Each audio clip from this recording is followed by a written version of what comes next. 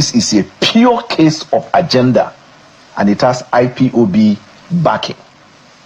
This report can be seen on their website, Inter-Society Civil Liberties and Rule of Law.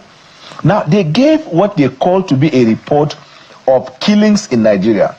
They said they got their sources from multiple places. They also said they relied on their previous archive in reaching the conclusion. All the data reveals is that there is no Christian genocide going on in Nigeria, and this narrative is a dangerous far-right narrative that have been simmering for a long time that President Trump is amplifying today. It is very dangerous, it is divisive, and it is only going to increase or further increase instability in Nigeria. What the data reveals is that there are terrorist groups claiming to be fighting in the name of Islam, who are misinterpreting Islam and misapplying it. They target Muslims and Christians anywhere they find them. They bomb markets, they bomb churches, they bomb mosques, and they attack every civilian location they find. They do not discriminate between Muslims and Christians. And what the data shows, for my PhD research, for example, I used the data, the Nigerian Securities Tracker data, which was collated by the Council on Foreign Relations, and it shows that Boko Haram had attacked 83 churches and 72 mosques, but it had killed more than 2,000 people, more than 2,000 Muslim worshippers in the mosque, as against about 1,500 churches or people killed in church. And I mean, we are not comparing one or the other. Both of them are wrong. All attacks on innocent civilians are wrong, and we should be working together to stop Boko Haram from those attacks. Could be. I mean, a lot of things I envisage, a lot of things. They're killing record numbers of Christians in Nigeria. And they have other countries very bad also. You know that part of the world very bad. They're killing the Christians and killing them in very large numbers. We're not going to allow that to happen.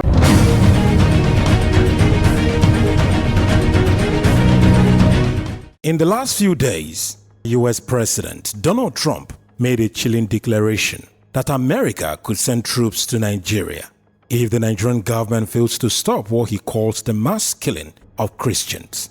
The statement has sparked outrage, fear and confusion, not just in Abuja, but across Africa and the world. Is this a genuine act of compassion or a dangerous play for power? Is Trump defending faith or reviving Americans' old hunger for control? In this video, we explore why America and Trump cannot invade Nigeria.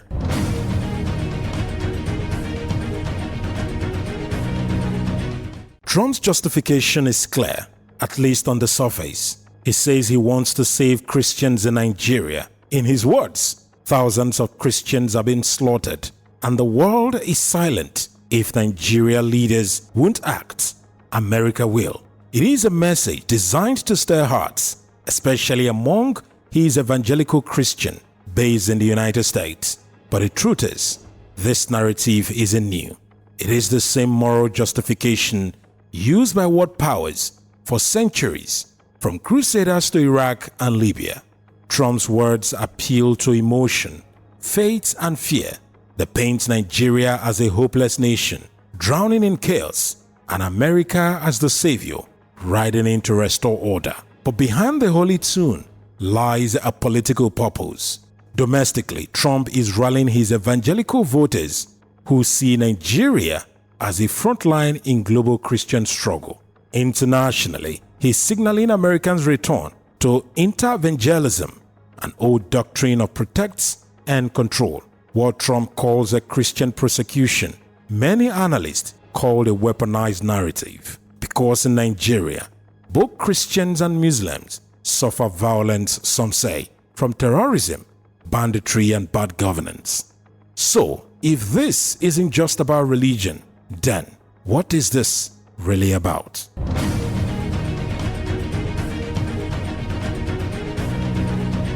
Every empire needs a reason to move, and in this case, it is not faith that drives Trump's threats. Some say it is oil, power and strategic control. Nigeria is the largest oil producer in Africa, sitting on over 37 billion barrels of crude. For decades, American companies like Chevron and ExxonMobil dominated Nigeria's oil markets. But in the last decade, China has taken over, building roads, rails and ports, trading infrastructure for oil access. Now, Beijing controls much of Nigeria's energy and industry backbone. And to Washington, that is unacceptable. Trump's rhetoric about saving Christians clearly hides a strategic play to weaken China and reassert American dominance in West Africa. If America could enter Nigeria militarily, even temporarily, it would again leverage over oil fields, shipping routes, and future contracts. The US military, through AFRICOM, has long sought a permanent presence in West Africa. Nigeria has always resisted, but a humanitarian excuse protecting persecuted Christians could open that door. Once inside, the US wouldn't just be fighting terrorists, it would be repositioning itself as Africa's power broker. From drone bases in Niger to airstrikes in Somalia to naval operations in the Gulf of Guinea, America's military reach across Africa is growing quietly, and Trump's words might just be the spark AFRICOM needs to expand that footprint into Nigeria. But Nigeria is not Libya, it is not Iraq, and it is not a weak state begging for rescue. It is a nation of 230 million people with one of the strongest militaries in Africa. And that's why Trump's invasion talk isn't just dangerous, it is reckless.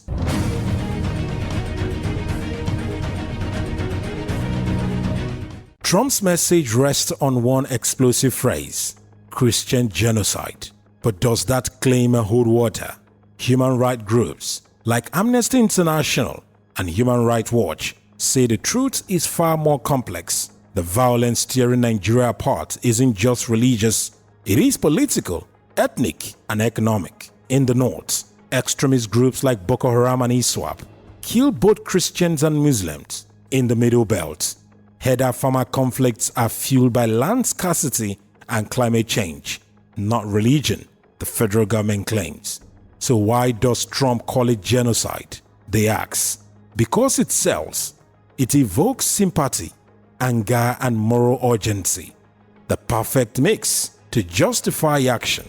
This isn't the first time such a tactic was used. In 2011, the US government said that Muammar Gaddafi was killing his own people.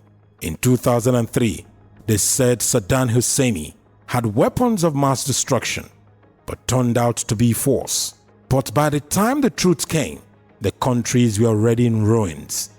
Today, Trump uses the same moral weapon, different targets, same results. If America steps into Nigeria under the banner of saving Christians, the cost wouldn't just be political, it will be human. Because every intervention America claims is humanitarian ends up humanly catastrophic.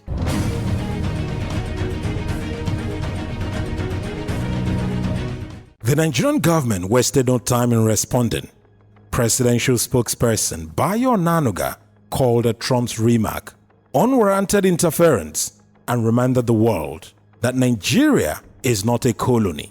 We welcome assistance, he said, but our sovereignty is not negotiable. Across Africa, leaders are alarmed. The African Union fears Trump's statement could reignite the old colonial pattern where Western powers use moral crisis to justify control. ECOWAS, still struggling after the Niger coup and failed interventions, is now under pressure to declare its stance. If the US were to unilaterally act in Nigeria, it could spark a continental confrontation with Russia, China, and likely backing Nigeria diplomatically or even militarily. Trump's threat isn't just about one country. It is a challenge to Africans' independence. It tests whether African nations can stand together when one of their own is targeted by a superpower. If Nigeria falls under external pressure, the message to the rest of Africa will be clear. Sovereignty is optional if America decides otherwise. But Nigeria isn't bowing, and that defiance may change everything.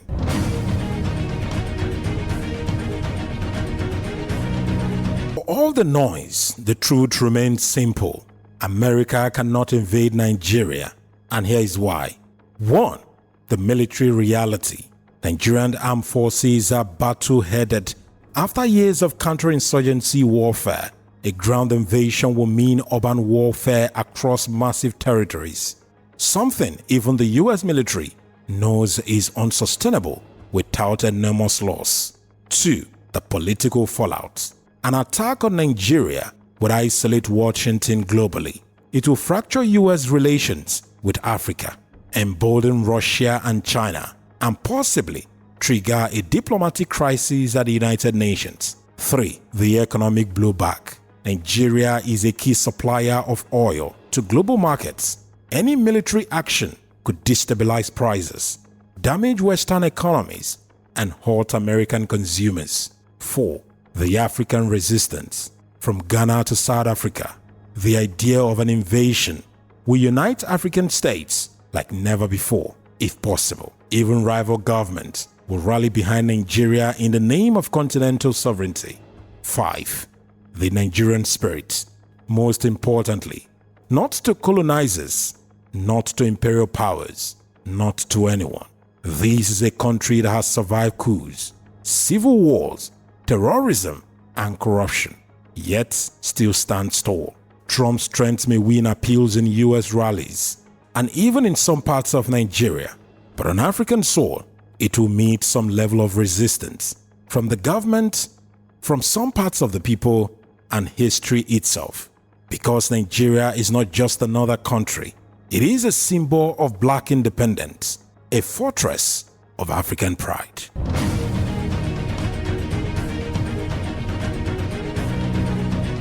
Empires rise and fall, but the story never changes.